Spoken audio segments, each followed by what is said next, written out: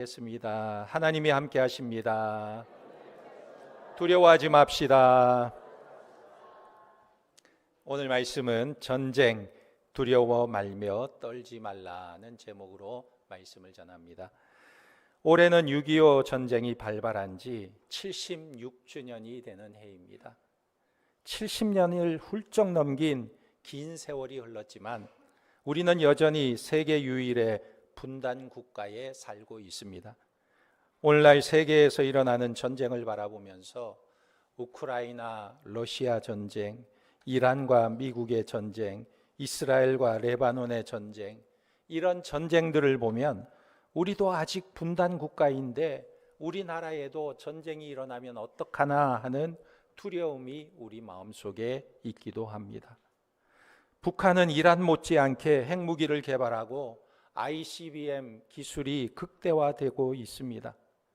지난 13일에 도널드 트럼프 미국 대통령이 이란과의 합의를 예고한 이후에 자신의 SNS 계정에 8년 전 김정은 위원장과 촬영한 사진을 올렸습니다.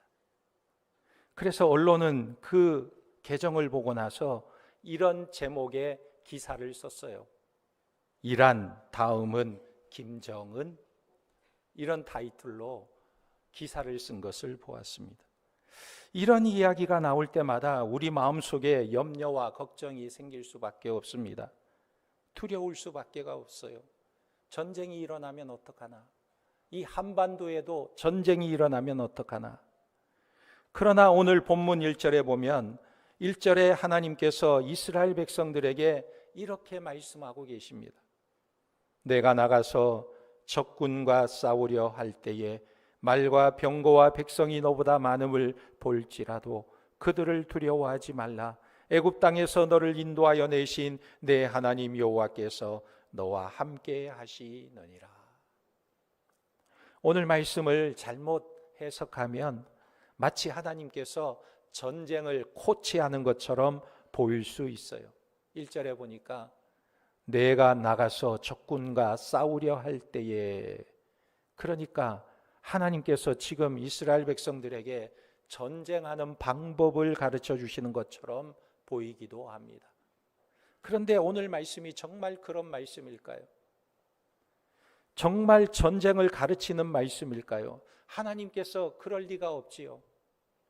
하나님께서 이스라엘 백성들에게 전쟁을 가르칠 이유가 없는 것입니다.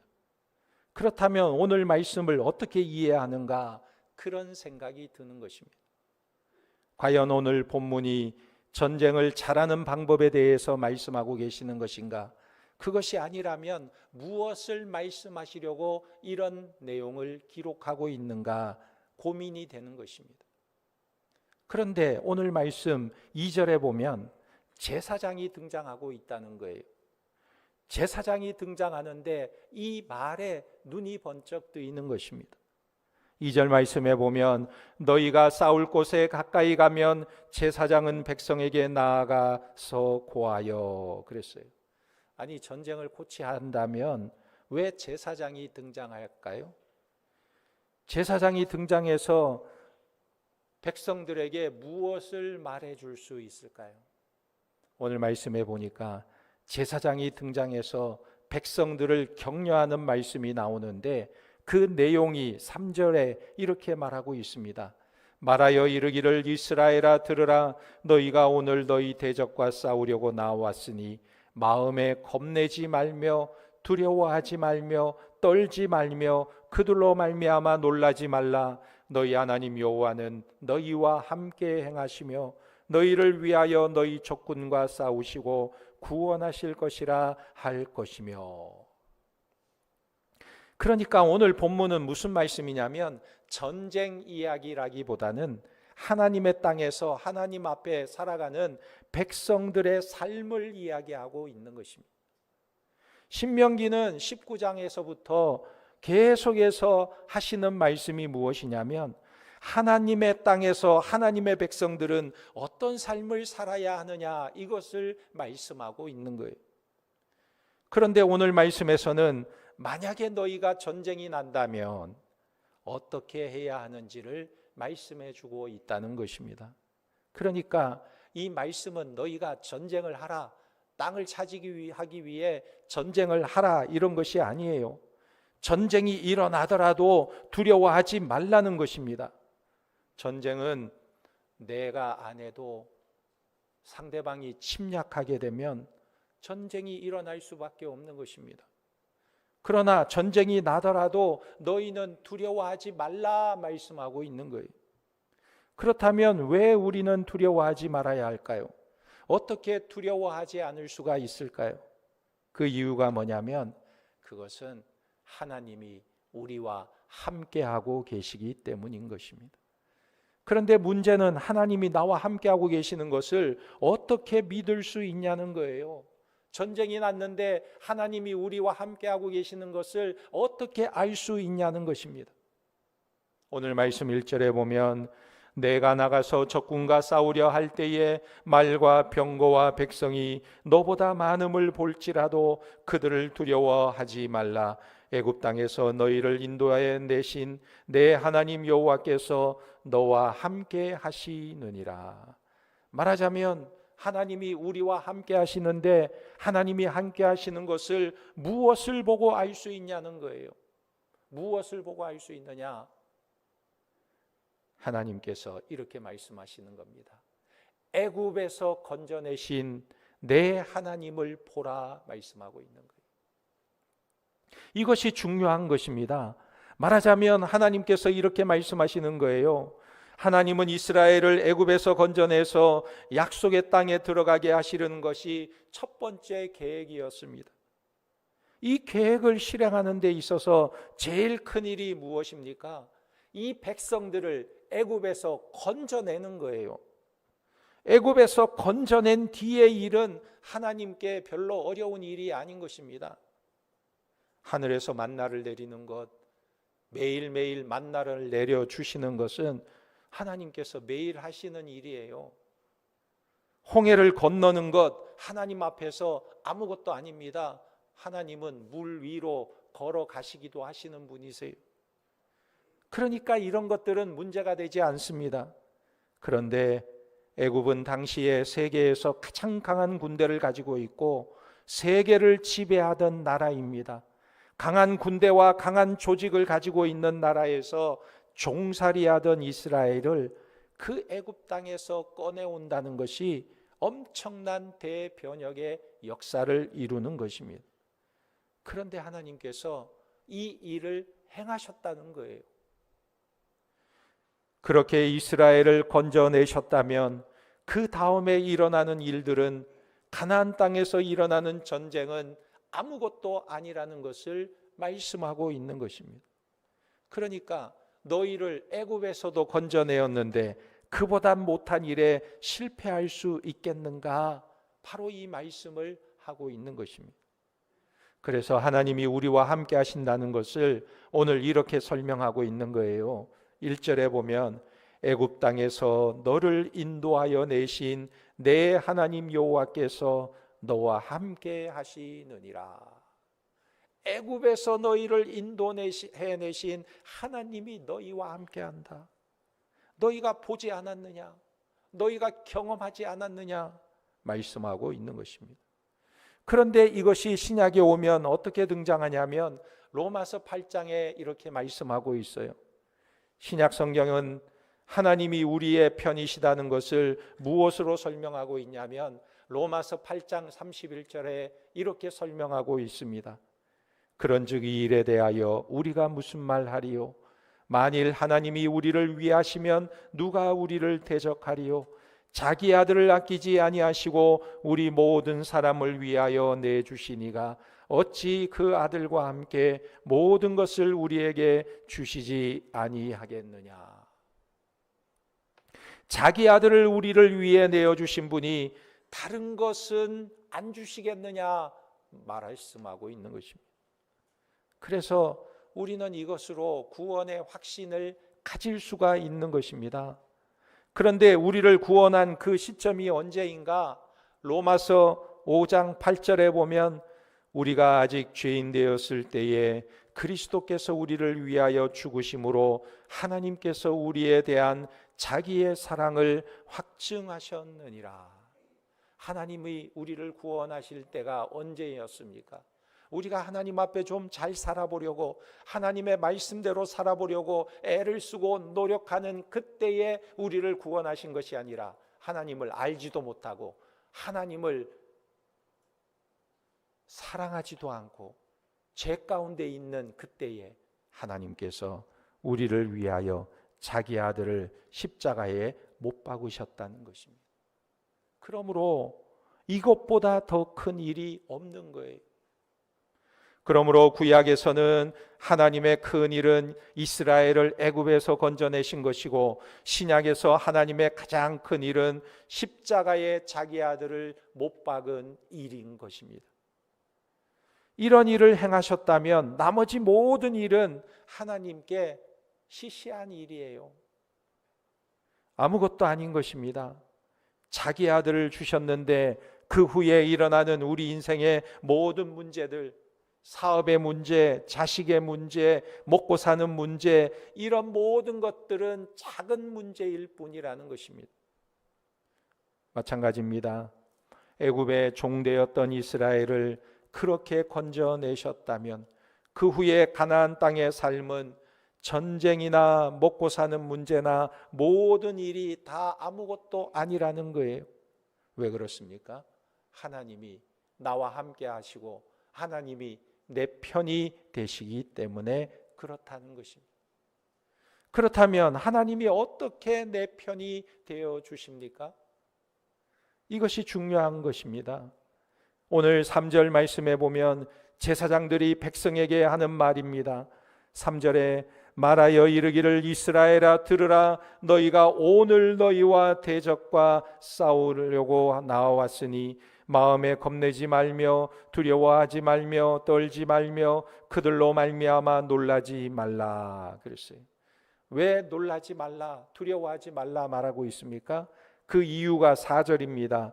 너희 하나님 여호와는 너희와 함께 행하시며 너희를 위하여 너희 적군과 싸우시고 구원하실 것이라 할 것이며. 여러분, 하나님이 어떻게 우리의 편을 들고 계십니까? 하나님이 함께 행하신다는 거예요. 하나님이 이스라엘 백성들과 동행하시고 그들과 함께 하시는 것이 그들을 편들고 있다는 것입니다. 그래서 성경에는요, 하나님의 별명이 2가지입니다. 마태복음을 열면 마태복음에 시작하자마자 예수님을 뭐라고 말하고 있습니까?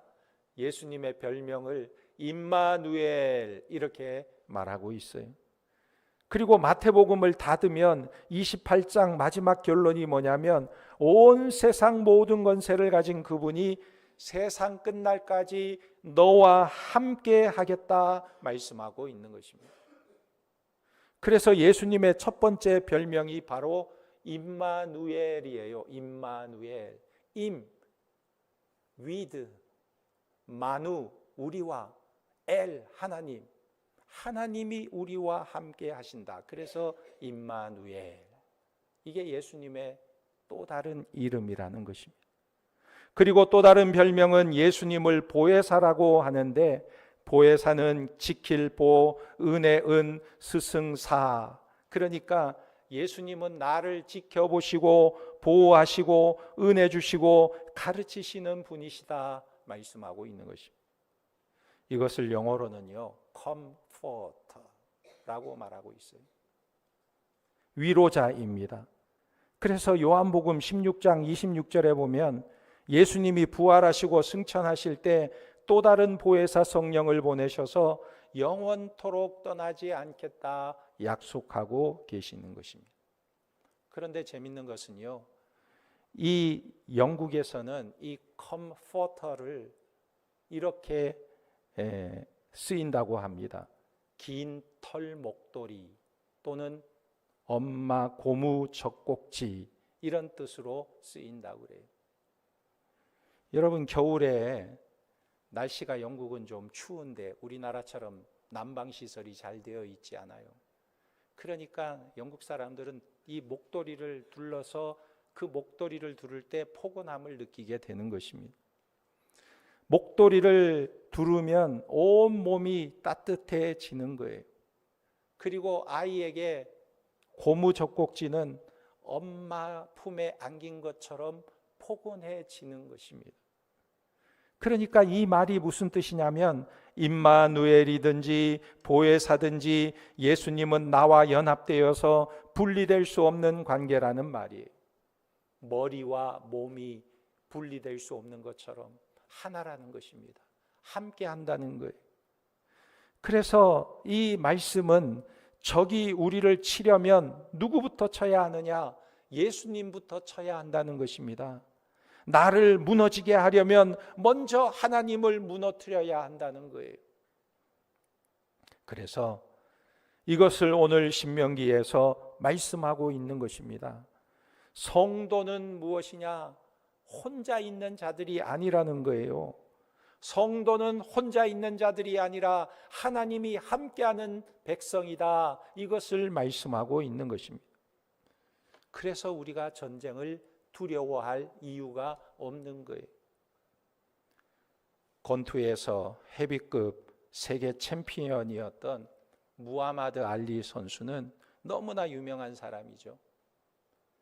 그는 권투 실력보다 허풍을 말하기를 좋아하는 사람으로 더 잘 알려져 있습니다. 그가 한마디 하면 세계 신문에 기사가 오를 정도로 에피소드가 참 많은 사람이에요.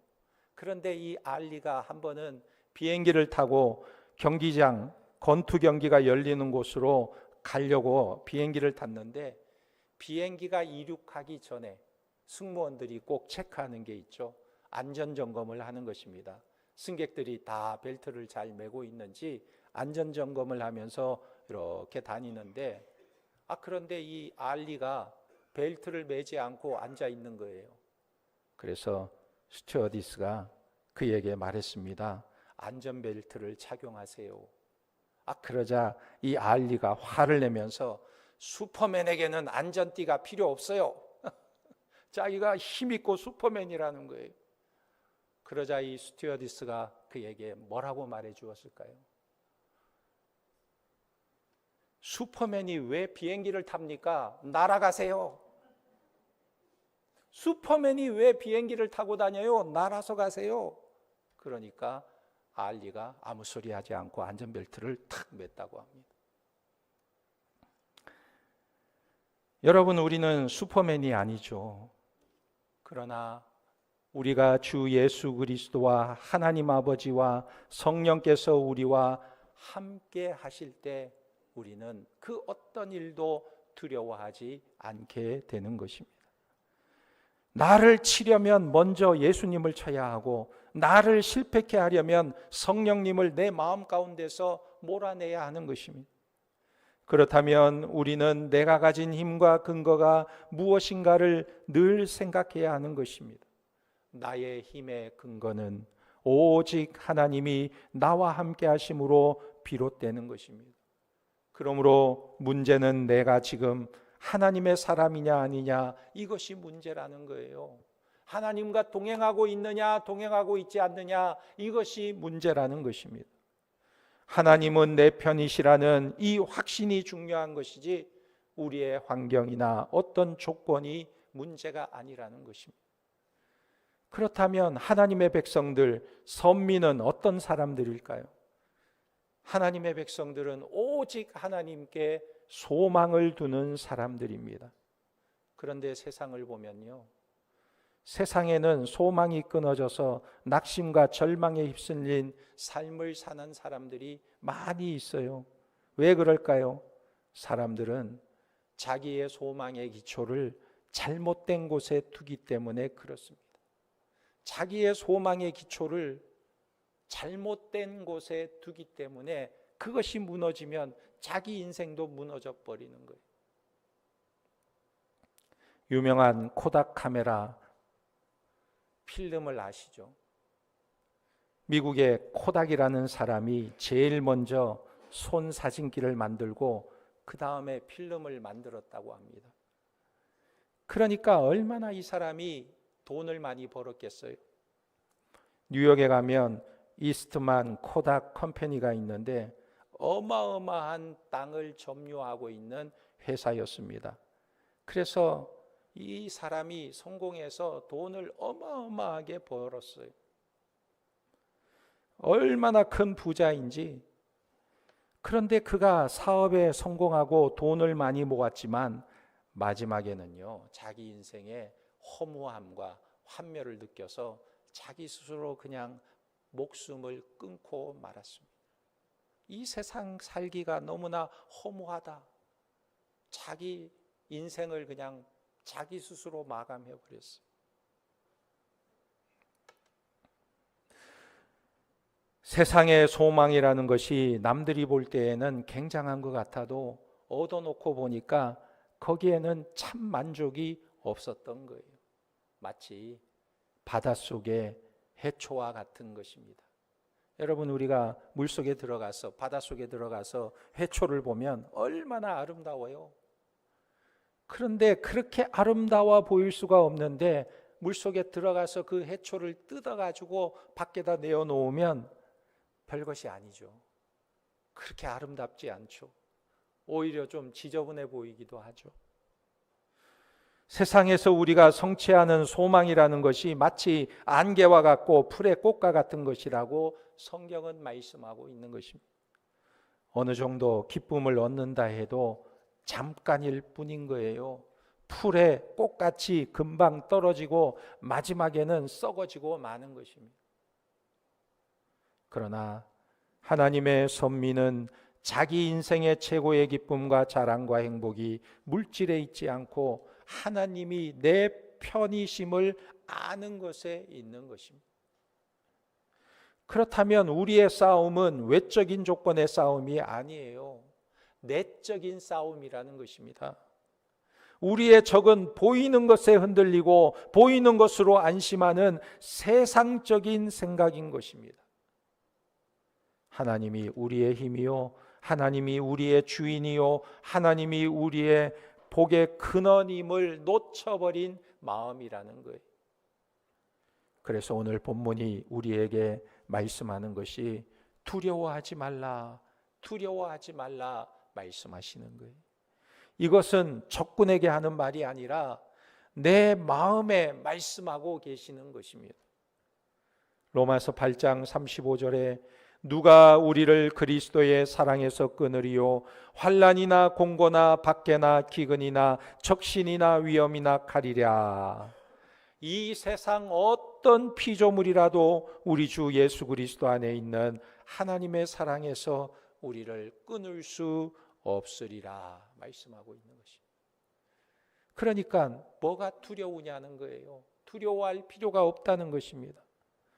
그러므로 우리는 대적을 두려워할 필요가 없고 우리의 마음을 흔들려고 하는 세상의 유혹을 두려워할 필요가 없는 거예요. 이스라엘 백성들에게 하나님께서 요구하시는 것 중에 하나가 무엇이냐면 이런 말씀입니다. 전쟁을 위해서 너희가 말을 많이 두지 말라. 왜냐하면 말은 군사력이기 때문에 너희에게 그렇게 많은 군사력이 필요하지 않다 말씀하고 있는 것입니다. 왜 그럴까요? 하나님이 함께 하시기 때문에. 너희에게는 필요 없다. 하나님이 함께 하시기 때문에. 그래서 오늘 말씀 4절 이하에 보면 제사장이 이스라엘 백성들에게 이렇게 말씀하고 있는 것입니다. 너희의 하나님 여호와는 너희와 함께 행하시며 너희를 위하여 너희 적군과 싸우시고 구원하실 것이라 할 것이며 책임자들은 백성에게 말하여 이르기를 새 집을 건축하고 낙성식을 행하지 못한 자가 있느냐? 그는 집으로 돌아갈지니 전사하면 타인이 낙성식을 행할까 하노라. 포도원을 만들고 그 가시를 먹지 못한 자가 있느냐? 그는 집으로 돌아갈지니 전사하면 타인이 그 가시를 먹을까 하노라. 여자와 약혼하고 그와 결혼하지 못한 자가 있느냐? 그는 집으로 돌아갈지니 전사하면 타인이 그를 데려갈까 하노라 하고 책임자들은 또 백성에게 말하여 이르기를 두려워서 마음이 헌약한 자가 있느냐? 그는 집으로 돌아갈지니 그의 형제들의 마음도 그의 마음과 같이 낙심될까 하노라 하고 백성에게 이르기를 마친 후에 군대의 지휘관들을 세워 무리를 거느리게 할지니라. 아니, 지금 전쟁이 일어나고 있는데 어떻게 집을 짓고 낙성식을 하지 못한 사람은 집으로 돌아가라. 포도원을 만들고 포도의 열매를 먹지 못한 사람은 집으로 돌아가라. 약혼식을 하고 결혼을 하지 못한 사람은 집으로 돌아가라. 마음에 두려움이 있는 사람은 집으로 돌아가라. 누가 전쟁합니까? 누가 전쟁을 해요? 다 지금 백성들을 끌어모아도 시원찮은데 다 돌아가라고 말씀하고 있는 거예요. 그러면 누가 싸운다는 것입니까? 이렇게 다 돌아가 버리면 누가 전쟁하는 거예요? 바로 하나님께서 싸우시겠다고 말씀하고 있는 것입니다. 이 전쟁의 승패가 하나님의 손에 달려 있지 사람의 손에 있지 않고 그 수의 많음에 있지 않다는 것을 말로만 아니라 이렇게 실천적으로 요구하고 있다는 거예요. 그래서 새 집을 지은 사람, 포도원을 만들고 가시를 아직 먹지 못한 사람, 약혼하고 아직 결혼을 못한 사람, 마음이 허약한 자는 다 돌아가라, 돌아가라 말씀하시는 거예요. 왜요? 하나님이 싸우시겠다, 하나님이 내 편이 되어 주시겠다 말씀하시는 것입니다. 이것은 오늘날도 우리나라가 탱크나 미사일이나 전투기를 가지면 안 된다는 말씀이 아니에요. 원리가 같다는 것입니다. 원리. 무슨 원리입니까? 우리 모든 삶의 영역에 어떤 조건과 환경과 무슨 일이 일어난다 할지라도 하나님께서 우리의 방패가 되어 주신다는 것을 말씀하고 있는 것입니다.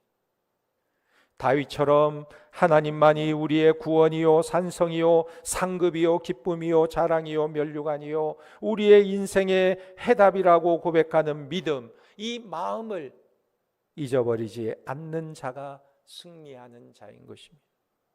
그러므로 오직 두려워할 것이 있다면 내가 이 사실을 잊어버리고 믿음이 흔들릴까 두려워하라는 거예요.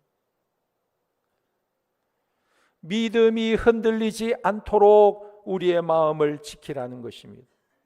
그러므로 오늘 저와 여러분들은 하나님의 편에 서는 자들이 되시기를 예수님의 이름으로 축원합니다. 하나님의 사람다워지는 것은 내가 나를 지키지 않고 하나님이 지키심을 의지하는 거예요. 하나님이 함께 하심으로 승리할 수 있다는 것을 믿는 자들인 것입니다. 그런 하나님의 거룩한 백성들이 되시기를 예수님의 이름으로 축원합니다. 아멘. 기도하겠습니다. 하나님 아버지, 전쟁은 하나님의 손에 있기에 우리가 두려워하지 않게 하시고 무엇보다도 내가 하나님의 편에 서서 하나님께서 일하시고 하나님이 지키는 자가 되게 하시고 온전히 하나님만 의지하며 하나님과 동행하는 삶을 살아갈 수 있도록 은혜를 베풀어 주시옵소서. 예수님의 이름으로 기도합니다. 아멘.